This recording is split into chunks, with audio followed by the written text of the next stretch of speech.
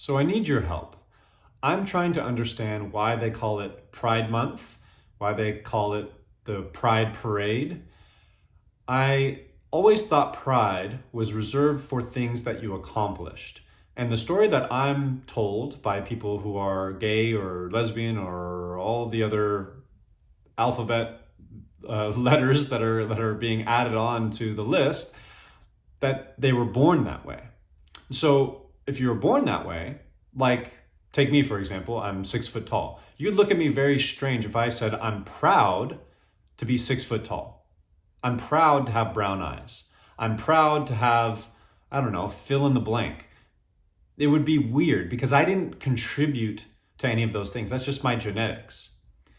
But you would then, at the same time, be accepting if I said, I'm proud to have a degree. I'm proud to start my own business, that I was able to start my own business.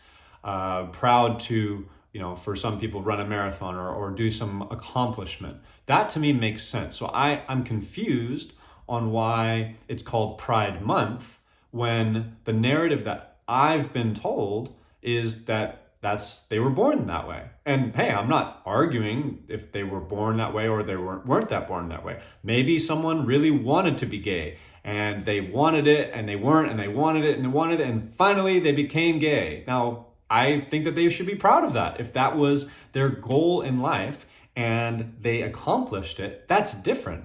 But again, that's not, at least from what my perspective is, that is being told. It's saying, no, we were born this way. So I don't understand why you would use that word pride. The Bible talks about it. Proverbs 16:18, pride goeth before destruction. And I think there's another line about arrogance and being haughty before a fall. And, it's talking about, being prideful is something that happens before the rug gets pulled out under your feet. If you're not humble, if you're not looking around and saying, hey, I'm grateful for what I have.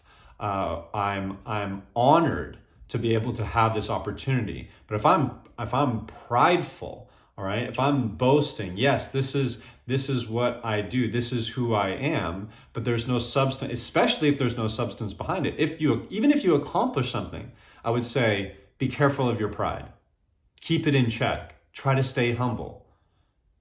But if it's something that's just arbitrary, maybe not arbitrary, but random, okay, it's how you were born. Like you're saying, I was born this skin tone. I was born with this hair color. I was born with this eye color. I was born with, I grew into this height, but I couldn't contribute to that. I don't know if anyone is out there saying, yeah, I really wanted to be 6'5" and I finally accomplished that goal. All right. I worked at it really hard every single day. I stretched myself out. I mean, I've never heard it. Maybe you have. But again, if we're talking about accomplishments, hey, I'm all with you, but I still think that we should be careful of that word pride. Be careful because, again, when you are arrogant or when you say, look at me, look at I did, you're seeing this with social media, right? What are some of the things that get people annoyed by social media? People are constantly posting things and showing like their accomplishments, and other people are like, oh, well, good for you. Yeah, well, my life sucks. All right. And yes, we want to be happy for other people. And I think that's a great thing, but telling the world about your accomplishments is still arrogant. Now, maybe you're trying to do that to show people, hey, look where I was in the past, right? I was this nobody, or I was this loser, and I ended up building a business. I ended up starting to make more money because of these habits and things, and I'm trying to be uplifting. That's fine, I understand that. But at some level, a lot of people find it annoying when they see that. And so why? Why would you see that annoying? Are you jealous? Possibly. But at the same time, I think people understand that being humble is really what we're looking for in other people. And that's the quality that what we would want other people to have. We would want to have it ourselves. And sometimes it's hard. I'm not saying that any of these things are easy, but I just want to understand, again, why we use some of these terms for this. Or does the word pride mean something different? If it does, then I need help understanding it. But the way that I define pride, again, it wouldn't make sense if I said I'm proud of being 6 foot tall. I think that people would look at me going, what is wrong with you? But again, if I was going to say I'm proud to be gay, but again, if I'm born that way, if that's also the narrative, it's not something that I accomplished, it doesn't make sense to me. So I want to know why that word is being used. But I also want to use this time for anyone, whether you're part of that community or not, is be careful with your pride. Remember Proverbs 16:18, pride goeth before destruction. So again, when you're arrogant, when you think you've got everything figured out, oh yeah, I'm the man, I'm the woman, I'm this, I'm that, I know what's going on.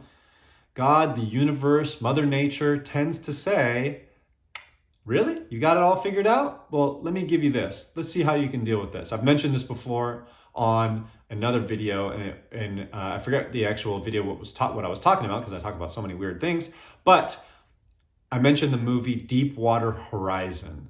Deepwater Horizon with Mark Wahlberg, I think it's Kurt Russell as well, and a couple other good actors in there. But that movie is a great juxtaposition of arrogance and pride, and I've got it all figured out, and then Mother Nature telling them, yeah, well, you think you got it all figured out? Well, deal with this.